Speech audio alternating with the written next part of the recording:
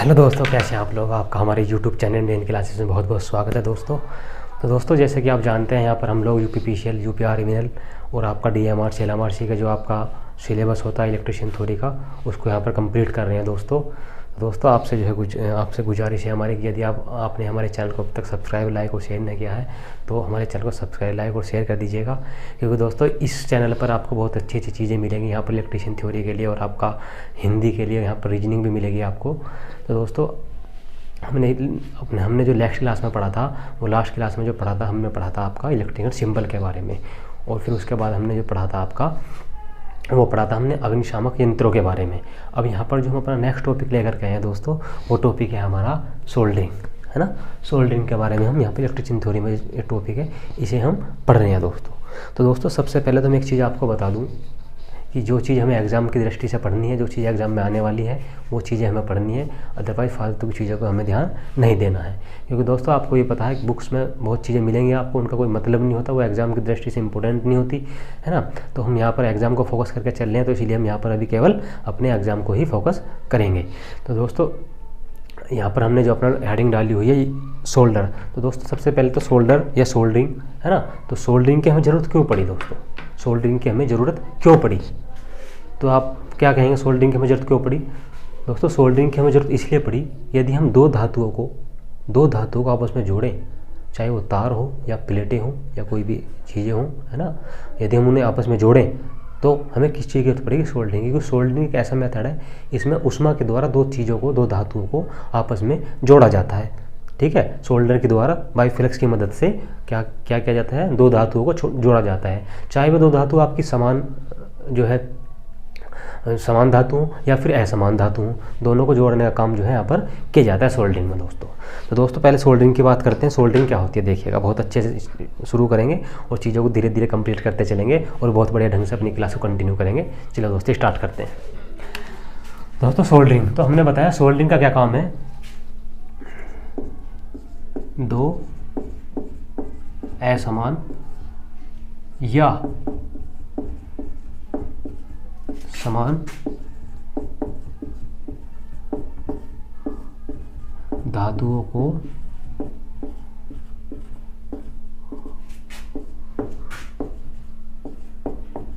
जोड़ने के लिए, है ना। क्या काम करेंगे हम सोल्डरिंग से? क्या काम करते हैं? दो असमान या समान धातुओं को जोड़ने के लिए यहाँ पर हम सोल्डरिंग का यूज करते हैं। तो दोस्तों, चाहे वो प्लेट हो, एग्जाम्पल यहाँ पर आप तार जोड़ सकते हो, या कोई प्लेट हो, धातु होगी दो, उन्हें जोड़ सकते हो, या कोई भी आपका कोई और चीज़ें हो, धातु होगी, ना आपस में आप जोड़ सकते हो बाय सोल्डरिंग की मदद से। तो दोस्तों, यहाँ पर जो हम बात करते हैं, सोल्डरिंग में तीन टर्म आपकी बेसिकली यूज होती हैं। कौन कौन सी यूज होती है? पहला आपका सोल्डर, एक मिनट रुकिएगा दोस्तों,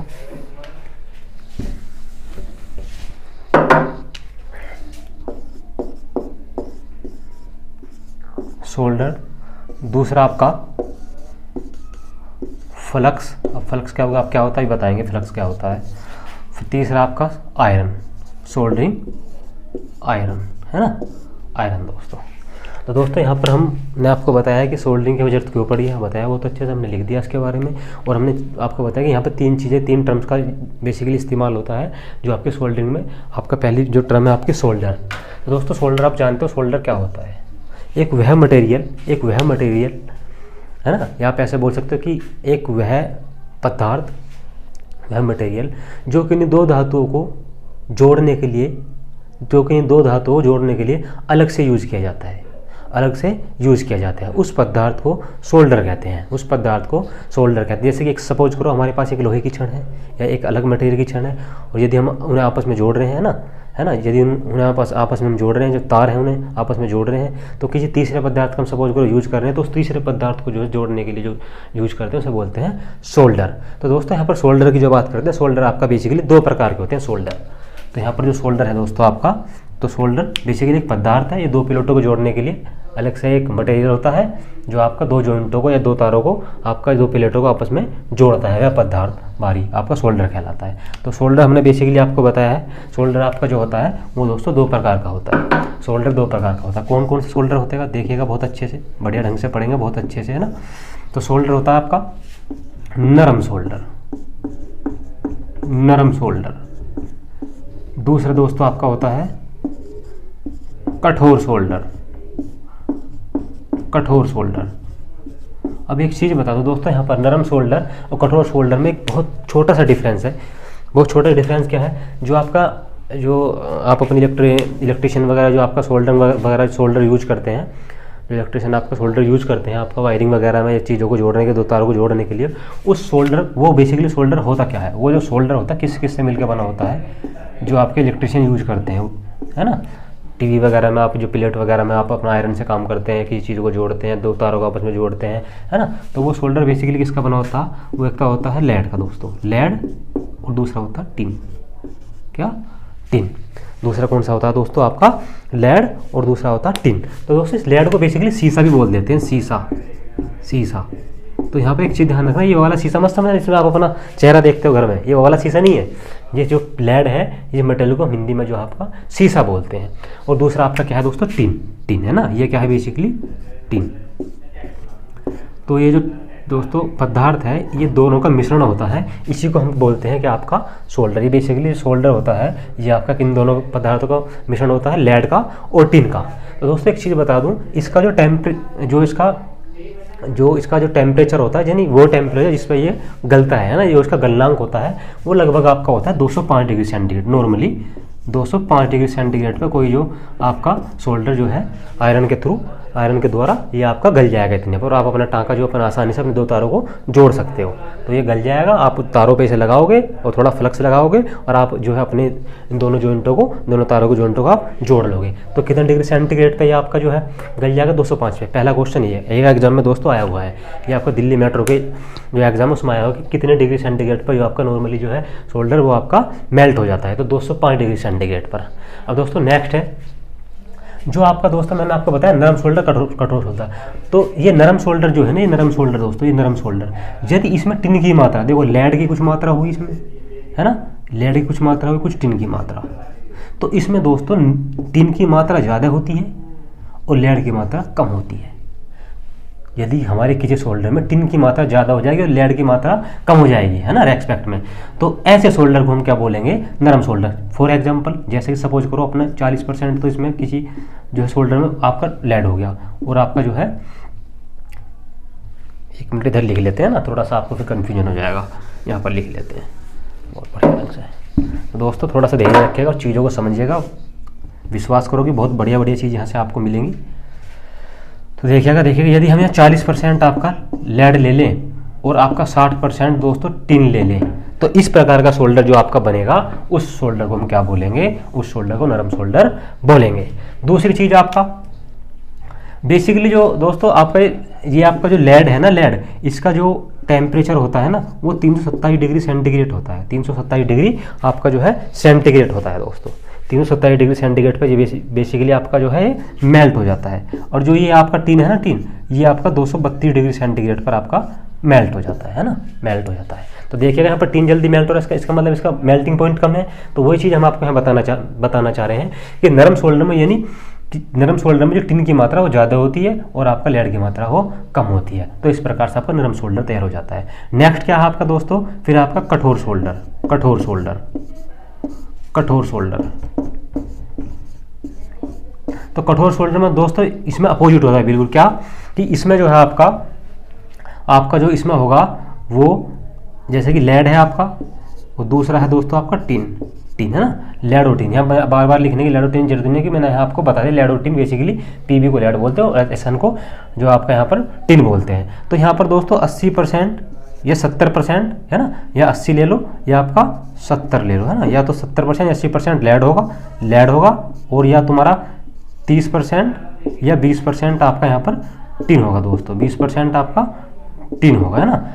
तो ये आपका कठोर सोल्डर बनकर यहाँ पर तैयार हो जाएगा। तो दोस्तों इस नरम सोल्डर का जो यूज करते हैं हम, नरम शोल्डर का यूज जो आपका, जो मैंने आपको बताया दो तारों को जोड़ने के लिए जो करते हैं बेसिकली इलेक्ट्रिशियन वगैरह, इलेक्ट्रॉनिक्स जो आपके कंपोनेंट होते हैं उन्हें जोड़ने के लिए जो करते हैं, बेसिकली आपका नरम शोल्डर का ही यूज होता है। और दोस्तों कठोर शोल्डर ये एक तरीके का परमानेंट जो है जोड़ बनाता है, ये आपका परमानेंट जोड़ बनाता है। यदि आपने एक बार लगा दिया तो ये जल्दी से छूटेगा नहीं, कठोर शोल्डर द्वारा जो बनता है, इसलिए इसका मेल्टिंग पॉइंट थोड़ा सा ज़्यादा होता है। तो दोस्तों ये जो मैंने आपको बताया कि शीशा का टेम्परेचर और आपका टिन का टेम्परेचर एग्जाम में पूछा गया है।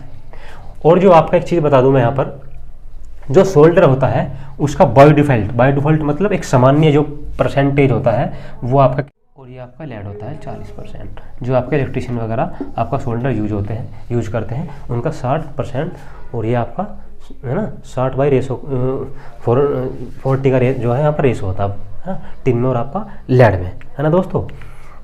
तो दोस्तों हमने आपको बता दिया शोल्डर के बारे में, नरम शोल्डर, कठोर शोल्डर, फिर शोल्डर का जो बाय डिफ़ॉल्ट जो आपका परसेंटेज होता है ये होता है जो आपके इलेक्ट्रिशियन वगैरह यूज़ करते हैं। और हमने बताया जो शीशा जो आपका पीबी है यानी लेड है, इसे शीशा भी बोलते हैं ना, ये आपका जो है इसे आप लेड भी बोल सकते हो ना, लेड भी बोल सकते हो, लेड भी बोलते हो इसे, है ना। ये बेसिकली आपकी बैटरी जो होती है ना, बैटरी वगैरह बनती है तो उनके टर्मिनल या उनके प्लेट वगैरह में ये लेड वहाँ पर यूज होता है। जो आपकी बैटरी घरों में इन्वर्टर पर लगी होती हैं उनकी जो खुंटियाँ होती हैं, टर्मिनल होते हैं, उन पर लेड की जो है प्लेट होती है और उनकी टर्मिनल होते हैं, है ना। तो हमने आपको बताया जो इसका टेम्परेचर 205 डिग्री सेंटीग्रेड होता है इस शोल्डर का, है ना। और यहाँ पर जो दोनों चीज़ का अलग अलग हमने टेम्परेचर बताया कि शीशा का इतना होता है और टिन का इतना होता है। अब दोस्तों नेक्स्ट चलते हैं, आपका टॉपिक जो है वो है फ्लक्स के बारे में, है ना। तो फ्लक्स के बारे में और एक चीज़ और दोस्तों मैं आपको यहाँ बता दूँ कि यदि हम इस शोल्डर में यहाँ पर ध्यान रखिएगा, यदि हम इस शोल्डर में बिस्मिथ और एंटीमनी यदि हम इस शोल्डर में आपका बिस्मिथ और एंटीमनी मिला दें तो आपका जो गलनांक का टेम्परेचर गलने का टेम्परेचर वो 96 डिग्री तक हो जाता है, यानी इतना डाउन हो जाएगा। 205 से वो आपका 96 डिग्री सेंटीग्रेड तक हो जाएगा यदि बिस्मिथ और आपका यहाँ पर एंटीमनी, है ना। इसे लिख देते हैं बिस्मिथ और आपका ये जो है एंटीमनी, है ना। यदि आप यहाँ पर यूज कर लेंगे तो इसका जो है टेम्परेचर 96 डिग्री सेंटीग्रेड तक डाउन हो जाएगा, इतना आपका जो है इतना रह जाएगा।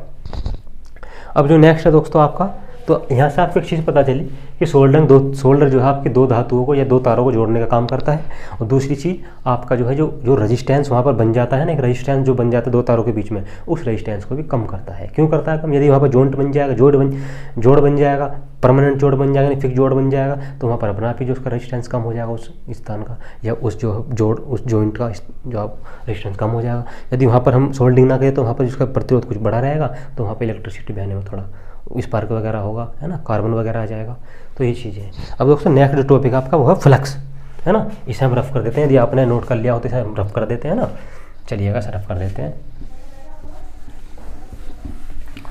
दोस्तों आशा करते हैं तुम्हें ये सब चीज़ें बढ़िया समझ में आ रही होंगी और आपके एग्ज़ाम की दृष्टि से बहुत इंपॉर्टेंट है, इसे बिल्कुल भी हल्के में ना ली, क्योंकि आप जानते हो एग्ज़ाम में इसी प्रकार के क्वेश्चन आपको देखने को मिलते हैं। अब दोस्तों नेक्स्ट जो है आपका वो है फ्लक्स। तो दोस्तों फ्लक्स होता क्या है, ये क्या बीमारी है फ्लक्स? तो आपका जो शोल्डर है या आपका जो जॉइंट है, जो आप दो तारों को जोड़ रहे हो, तो जॉइंट है, उस जॉइंट के दोनों के बीच में आप फ्लक्स लगाते हैं।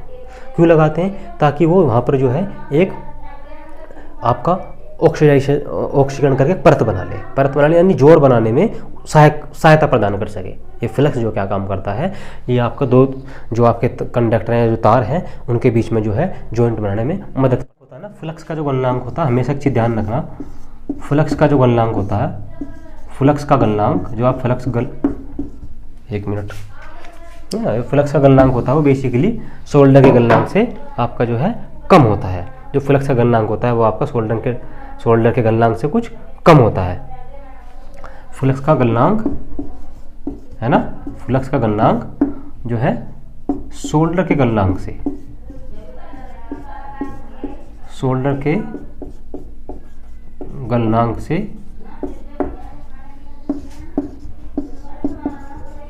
कम होता है।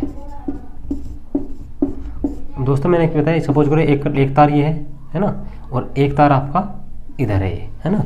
तो यहाँ पर हमें आपका जॉइंट बनाना है, यानी जोड़ बनाना है। तो यहाँ पर जो तार है ये यूज़ किया जा रहा है यहाँ पर सोल्डर की जगह। और यहाँ पर आपका जो आपका आयरन है ना, आयरन की बिट जो है, इससे आप जो है इसे जो है आयरन के थ्रू आप अपने आयरन के थ्रू है ना, बिजली से जोड़ के टेम्परेचर गर्म करते हैं। और यहाँ पर एक फ्लक्स मैंने बताया, फ्लक्स पदार्थ लगाया जाता है, फ्लक्स है ना, वो क्या काम करता है यहाँ पर ऑक्सीकरण होने से रोकता है। यहाँ पे है ना, यहाँ पर ऑक्सीजन होने से रोकता है फ्लक्स जो है, यानी परमानेंट जोड़ बनाने में, आपका सॉलिड जोड़ बनाने में सहायता प्रदान करता है आपका फ्लक्स। तो ये बेसिकली हमने सोल्डर का तार दिखाया, ये सोल्डर का तार है ना, ये आपका हार्ड भी हो सकता है और सॉफ्ट सोल्डर भी हो सकता है। ये आपका दोस्तों आयरन है, ये आपका आयरन है, और ये आपके दो तार हैं, तार नंबर 1 और तार नंबर, इन्हें हम दोनों को जोड़ रहे हैं यहाँ पर, है ना। आपको समझ में आ गया होगा। तो दोस्तों हमने बताया फ्लक्स का गलनांक हमेशा सोल्डर गलनांक से कम होता है, तभी वो उसे जो है जोड़ने में अच्छे से अपने जोड़ने में कार्य कर सकेगा। अब दोस्तों एक चीज़ बता दूं मैं आपको, जो फ्लक्स होता क्या है। आप कभी इलेक्ट्रिशियन की दुकान पर गए हों तो वहाँ पर एक आयरन होता है, और आयरन के पास आपने देखा होगा एक इतना बारीक सा तार होता है, वाइट कलर का, चांदी के जैसे रंग का, और लिपटा हुआ होता है। उस तार से उस तार को जो हम बोलते हैं सोल्डर बोलते हैं। और उनके पास एक डिब्बे में लिक्विड भरा होता है, पेस्ट के रूप में भरा होता है। 2 टाइप में आता है आपका फ्लक्स, जो इलेक्ट्रिशियन जो आपके यूज़ करते हैं। तो उस जो डिब्बे में आपका जो आता है लिक्विड या आपका पेस्ट रूप में, उसे हम क्या बोलते हैं यहाँ पर फ्लक्स बोलते हैं। और जनरल लैंग्वेज में जो इलेक्ट्रिशियन है आपके, उसे जो है आपका पेस्ट बोलते हैं, पेस्ट। ये क्या काम करता है मैंने आपको बता दिया। जो आपके दोनों तार हैं उनके बीच में जो कार्बन की परत बनने से रोकता है ये, और टाँके को यानी जो आपका जॉइंट है उसे बनाने में मदद करता है ना दोस्तों। तो फ्लक्स के बारे में हमने आपको बता दिया। अब ये फ्लक्स किस किस का हो सकता है, एग्जाम्पल फ्लक्स के NH4Cl, नो सदर। एक है तुम्हारा सुहागा है ना, सुहागा बोरेक्स है ना। एक मिनट रुकिएगा जरा थोड़ा सा। हाँ, यहाँ पर आपका जो है मैंने आपको बता दिया, पाउडर फॉर्म में, पेस्ट फॉर्म में, दोनों में होता है ना। अब जो हम आपको बता रहे हैं यहाँ पर,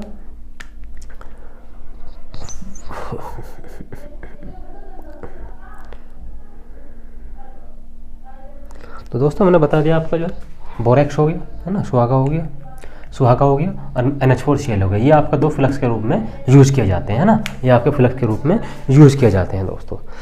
अब एक चीज़ बताऊं दोस्तों, मैं यहाँ पर आपको एक चीज़ बता दूं मैं आपको, यहाँ पर आयरन है ना, ये तो कंप्लीट आपको समझ में आ गया होगा। नेक्स्ट चलते हैं, इसे मिटा दें है ना, इसे रफ कर दें। आप देखिएगा, इसे रफ कर देते हैं, फिर नेक्स्ट अपने जो टॉपिक उस पर चलते हैं। देखिएगा, चलते हैं नेक्स्ट टॉपिक पर।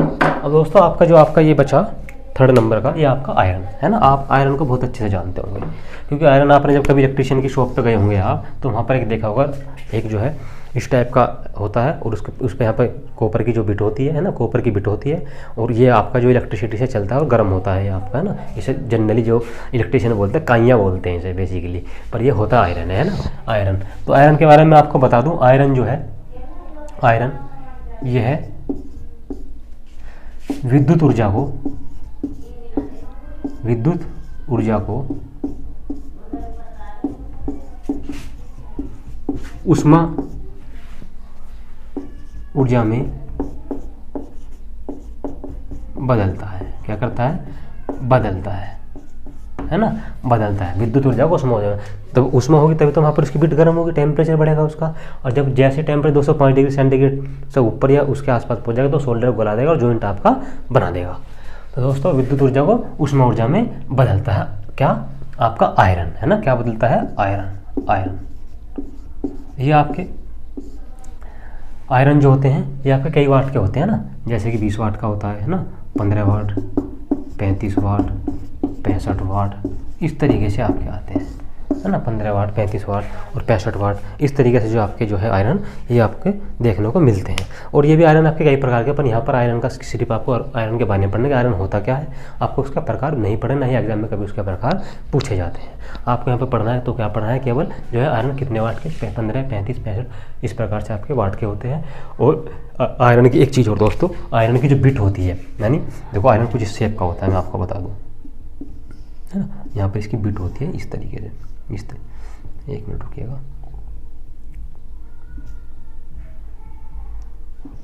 इस तरीके से बिट होती है। यहाँ पर आपका जो है आप अपना सोल्डर वगैरह लगा कर टाँका लगा सकते हो। ये आपका जो है, ये आपको कुछ इस तरीके से होता है। यहाँ पे इलेक्ट्रिसिटी में ये AC सप्लाई को, यहाँ पर AC सप्लाई दोगे तो गर्म हो जाएगा ना, इस प्रकार से आपको देखने को मिलता है ना।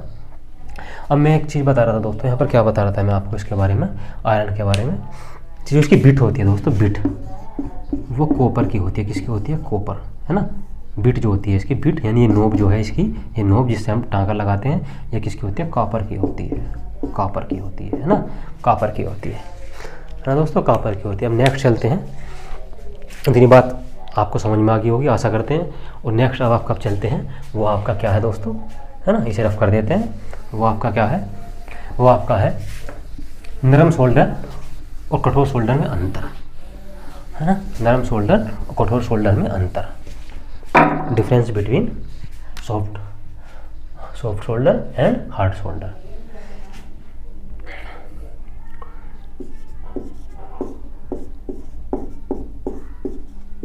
नरम सोल्डर और आपका कठोर सोल्डर या हार्ड सोल्डर में अंतर, है ना दोस्तों।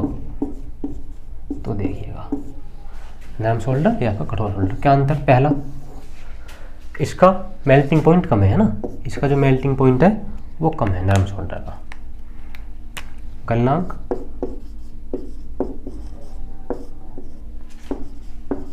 कम होता है, किसकी अपेक्षा? इसकी अपेक्षा।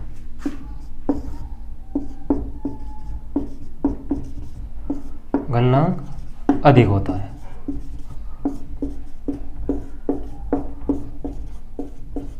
दूसरा पॉइंट, गलनांक की बात कर ली हमने, है ना। गलनांक कम होता है, गलनांक अधिक होता है। सोल्डर में, है ना, सॉरी एक मिनट रुकिएगा, यहाँ पर से थोड़ा सा,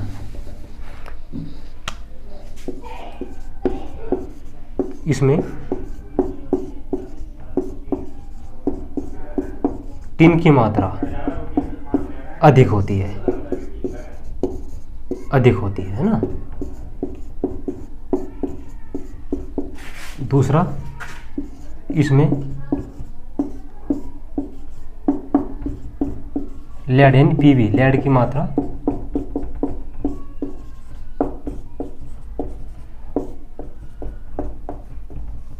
अधिक होती है ना, अधिक होती है। तो यहाँ पर तीसरा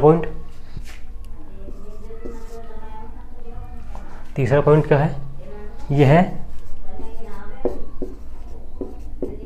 अस्थायी जोड़ बनाता है,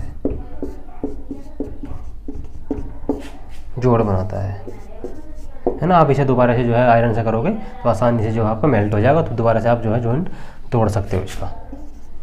यह है स्थायी जोड़ बनाता है ना दोस्तों। यह क्या करता है? ये आपका स्थायी जोड़ बनाता है। चौथा यह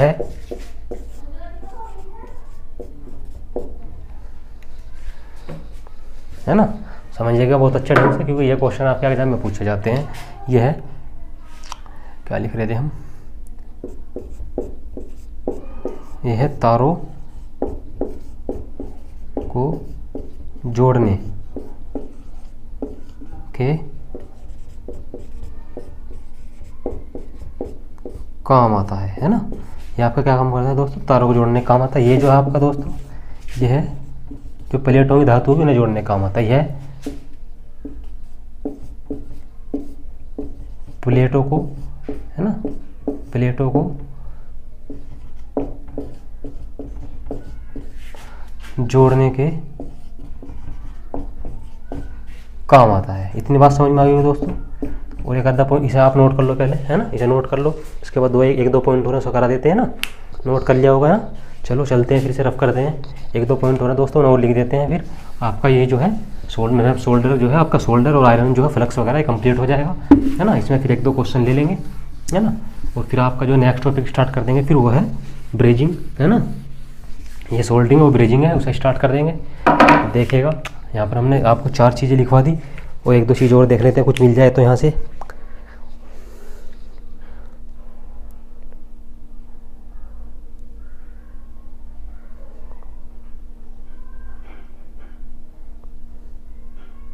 अब एक चीज़ और, एक दो पॉइंट लिख लो। यह जो है कच्चा टाँका, है नी, यह कच्चा टांका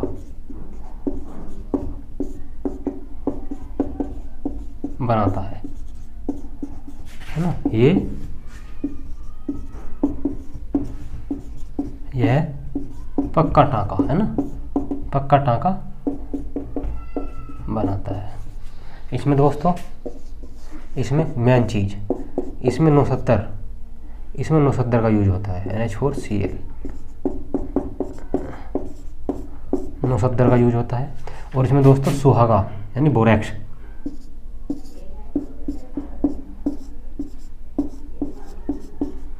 बोरेक्स का यूज होता है ना। यहाँ पर फ्लक्स के रूप में ये यूज होगा दोस्तों, फ्लक्स के रूप में, और यहाँ पर फ्लक्स के रूप में दोस्तों ये होगा ना, ये आपका फ्लक्स के रूप में यूज होगा बोरेक्स, है ना। तो यहाँ पर जो है लगभग आपके जो है सारे के सारे पॉइंट यहाँ पर डिस्कस हो चुके हैं, और तो मेरे ख्याल से इसमें कुछ बचा नहीं है ना। और एक चीज़ और याद रखना यहाँ पर, ये सोल्डरिंग आयरन के द्वारा, इसका जॉइंट जो सोल्डरिंग आयरन के द्वारा लगाया जाएगा, आयरन के द्वारा। और दोस्तों ये वेल्डिंग के द्वारा लगाते हैं इसका जॉइंट,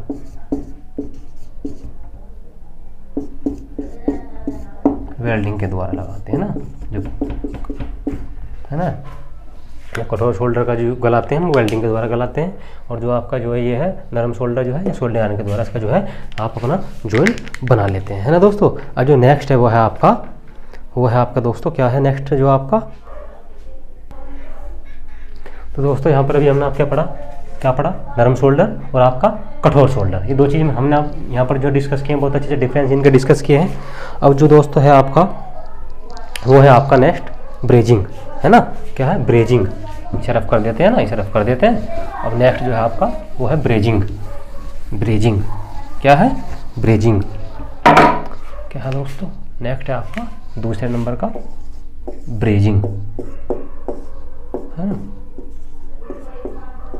ब्रेजिंग दोस्तों, ब्रेजिंग क्या होती है, ब्रेजिंग बिल्कुल सोल्डरिंग की तरह ही है, बस इसमें थोड़ा सा अंतर ये है कि ये स्थायी जोड़ बनाती है, बहुत ज़्यादा परमानेंट जोड़ बनाएगी। जो आपके बर्तन वगैरह होते हैं ना, बनते हैं, उनमें जो हैंडल वैंडल भी लगते हैं वो सब ब्रेजिंग के द्वारा ही लगते हैं दोस्तों। तो ब्रेजिंग क्या है, ये एक प्रकार का, आप क्या कहोगे इसके बारे में, यह स्थायी जोड़। स्थायी जोड़ देखो, एक चीज़ मैंने आपको बताइए, वो वहाँ कठोर जो था, कठोर शोल्डर था, वो भी वहाँ पर स्थायी जोड़ बना रहा था, पर वो इतना स्थायी नहीं बनाएगा जितना ये बनाएगा ब्रेजिंग मेथड, है ना। स्थायी जोड़ बनाने के लिए, है ना, बनाने के लिए करते हैं, है ना, करते हैं। तो हमने क्या बताया, ब्रेजिंग जो है आपकी यह स्थायी जोड़ बनाने के लिए यूज की जाती है ना। अब इसमें यूज होने वाले जो आपके फ्लक्स हैं, तो आपके जो यहाँ पर यूज होने वाले जो आपके मटेरियल हैं, दो हैं आपके, एक तो है स्प्लिटर और दूसरा आपका सिल्वर। कौन सा सिल्वर, है ना, सिल्वर शोल्डर, है ना। दो प्रकार शोल्डर यूज होते हैं यहाँ पर, सिल्वर शोल्डर।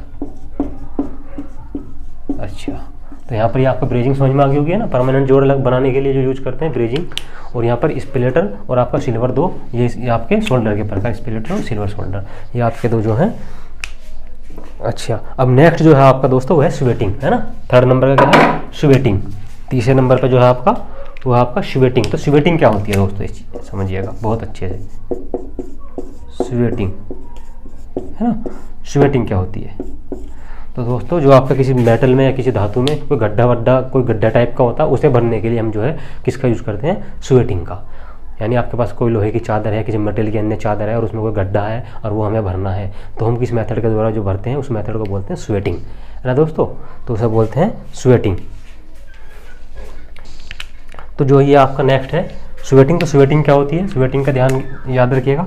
ये आपका जो खुदरी है ना, जो आपकी खुदरी या गहरी है ना, गहरी लिखिएगा, गहरी जो आपकी सतह होती है, गहरी सतह को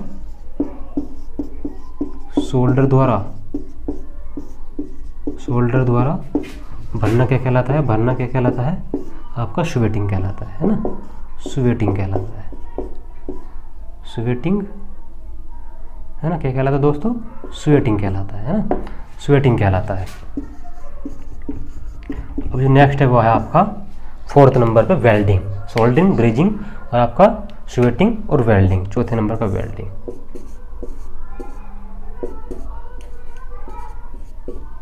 वेल्डिंग, तो दोस्तों वेल्डिंग आप जानते हो आपको जनरली यूज होती है, वेल्ड आप वगैरह वेल्ड करना चाहते हो, है ना, तो वेल्डिंग जो आपकी यूज होती है दो, है ना, कहीं टाँका वाँका लगाने के लिए, दो लोहे के एंगलों को जोड़ने के लिए वेल्डिंग करना चाहते हो, तो वेल्डिंग जो आपकी होती है दो प्रकार की होती है।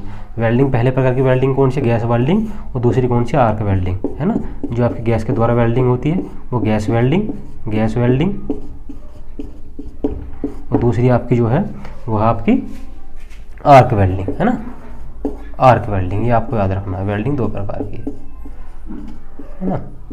अच्छा, तो वेल्डिंग से आप क्या करते हैं, परमानेंट जोड़, स्थायी जोड़ बनाते हो आप, चीज़ों को एकदम परमानेंट तरीके से जोड़ देगा, है ना। वेल्डिंग क्या काम करता है, जो आपका ये आपका वेल्डिंग जो है इसका काम क्या होता है, वेल्डिंग का स्थायी जोड़ बनाने के लिए, स्थायी जोड़ बनाने के लिए, है ना। इसमें जो आपका स्थायी जोड़ बनाने के लिए, है ना, स्थायी जोड़ बनाने के लिए हम किसका यूज़ करते हैं, वेल्डिंग का, है ना। और स्वेटिंग कहते हैं गहरी सतह को सोल्डर द्वारा बनने को स्वेटिंग कहते हैं। और आपका ब्रेजिंग मैंने बताया ये भी एक स्थायी जोड़ बनाता है ना, इसमें स्पेलेटर और सिल्वर सोल्डर वगैरह यूज होते हैं। और सोल्डर हमने बहुत अच्छे से यहाँ पर डिस्कस बहुत अच्छे ढंग से कर लिया। अब दोस्तों एक चीज़ मैं आपको बता दूँ, बस थोड़ा सा और इसमें जो आपका बचा हुआ है, ये चैप्टर बहुत अच्छे से, बहुत बढ़िया ढंग से कंप्लीट हुआ है। यदि आप इसे अच्छे से पढ़ोगे तो मैं आशा करता हूँ कि यहाँ से आप बहुत कुछ एग्जाम में आपको बहुत कुछ देखने को मिलेगा, चाहे वो एग्ज़ाम कोई भी हो, है ना, उसमें आपको यहाँ से बहुत कुछ देखने के लिए मिलेगा।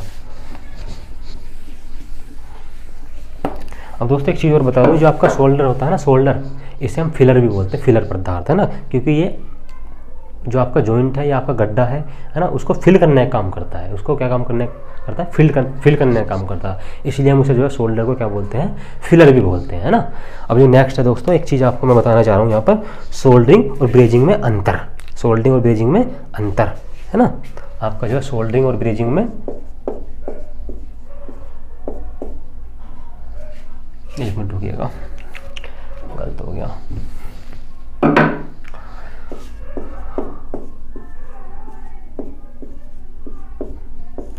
सोल्डरिंग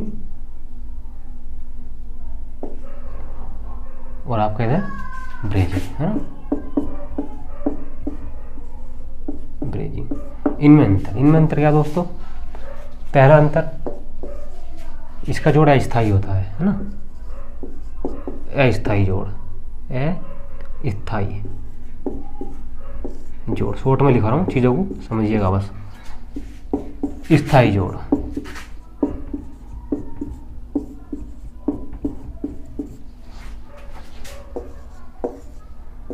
फ्लक्स के रूप में क्या यूज होगा, फ्लक्स के रूप में आपका यूज होंगे जैसे कि NH4Cl 970, एक मिनट रुकिएगा, NH4Cl, रेंजिन, और भी इसमें बहुत चीज़ें आप यूज कर सकते हो। इसमें केवल एक ही चीज़ होती है ब्रेजिंग में, फ्लक्स के रूप में, वो यूज होती है आपका बोरेक्स, है ना। फ्लक्स के रूप में एक ही चीज़ यूज होती है इसमें,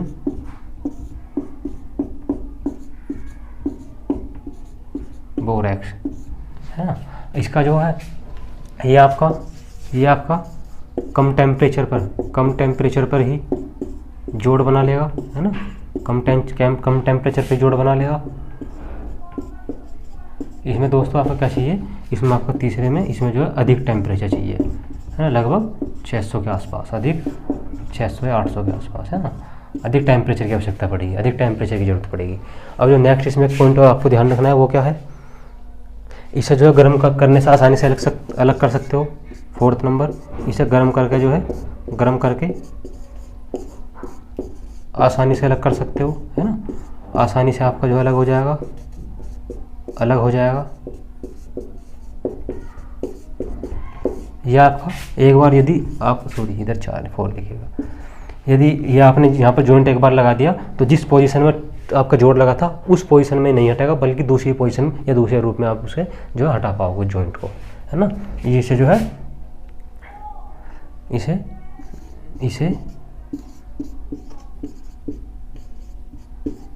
पहली वाली शेप में, यानी जिसमें जोड़ लगाया था पहली वाली शेप में,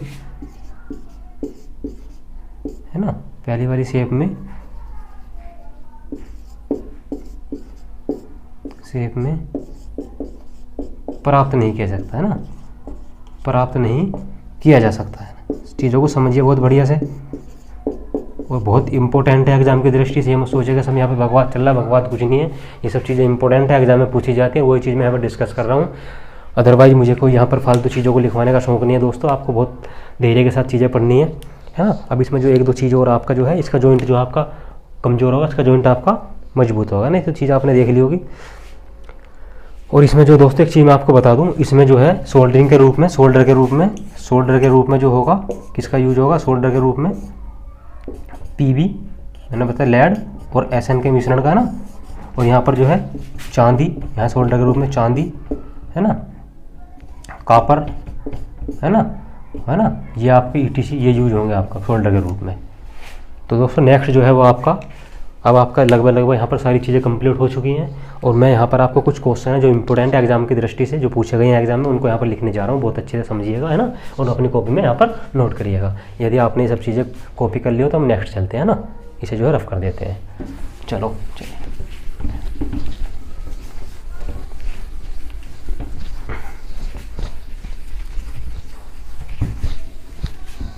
देखना सर कितने मिनट की वीडियो होगी। तो अब यहाँ पर हम आपके लिए कुछ विशेष बिंदु हैं, विशेष पॉइंट हैं, वो लेकर गए हैं, उन पॉइंटों को नोट करिएगा अपनी बुक्स में, अपने नोट्स में नोट करिएगा ना। कुछ सम इम्पोर्टेंट आपके है ना, आपके जो कुछ इम्पोर्टेंट है, सम इम्पोर्टेंट आपके जो है कुछ यहाँ पर चीज़ें हैं। क्या है, पहला जो आपका सोना और आपका चांदी, इनमें जो फ्लक्स के रूप में, यानी इनके जॉइंट बना, इनको जोड़ने के लिए है ना, इनको जोड़ने के लिए जो फ्लक्स यूज होता है, जोड़ने के लिए वो फ्लक्स यूज होता है, उसका नाम क्या है दोस्तों, सुहागा है ना, या बोरेक्स।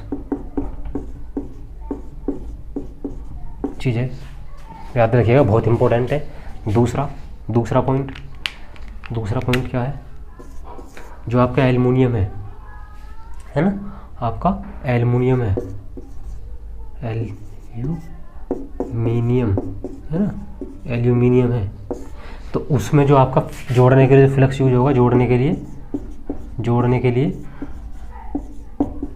जो फ्लक्स है दोस्तों, वो है आपका आयरन नंबर 7। इसका नाम ही आयरन नंबर 7 है, याद रखना है ना। क्या है, आयरन नंबर 7। कई बार पूछा गया है सवाल, इसीलिए लिखवा रहे, नहीं तो कोई यहाँ पर मतलब नहीं है ना, इन चीज़ों को लिखवाने का मतलब नहीं है, पर यहाँ पर ये एग्जाम में पूछा गया इसलिए। आयरन नंबर 7 ये आपका फ्लक्स के रूप में एल्युमिनियम को जोड़ने के लिए। तीसरा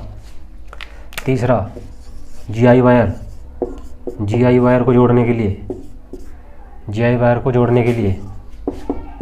लिए क्या यूज किया जाता है आपका, है आपका जिंक क्लोराइड। क्या, जिंक क्लोराइड है ना।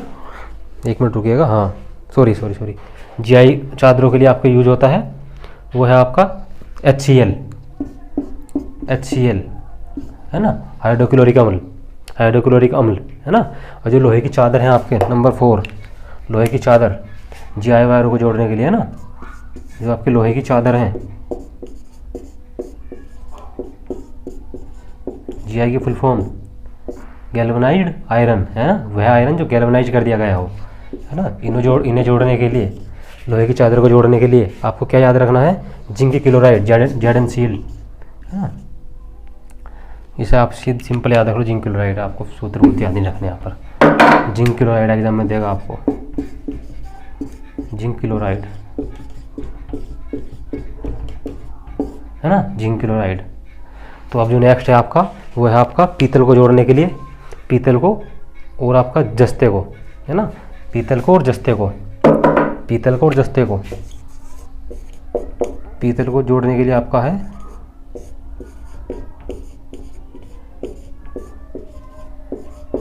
जो पीतल को जोड़ने के लिए आपका फ्लक्स यूज होगा, वो आपका क्या है, फिर पीतल को जोड़ने के लिए वो है आपका दोस्तों अमोनियम क्लोराइड,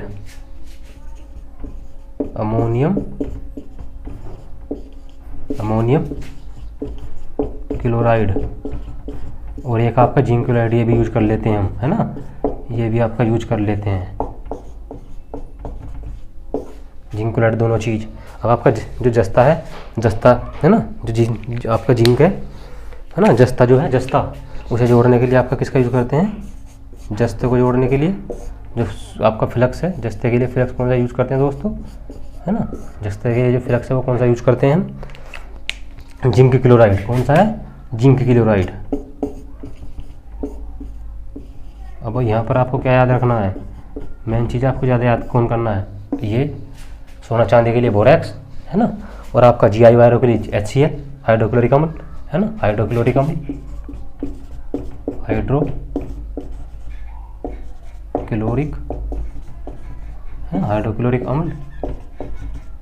हाइड्रोक्लोरिक अम्ल, लोहे की चादर के लिए जिंक क्लोराइड, पीतल को जोड़ने के लिए अमोनियम क्लोराइड। इंपॉर्टेंट यहाँ पर ये 3 है, पर आपको ये भी याद रखने क्योंकि ये भी एग्जाम में कभी कभी पूछ लिए जाते हैं।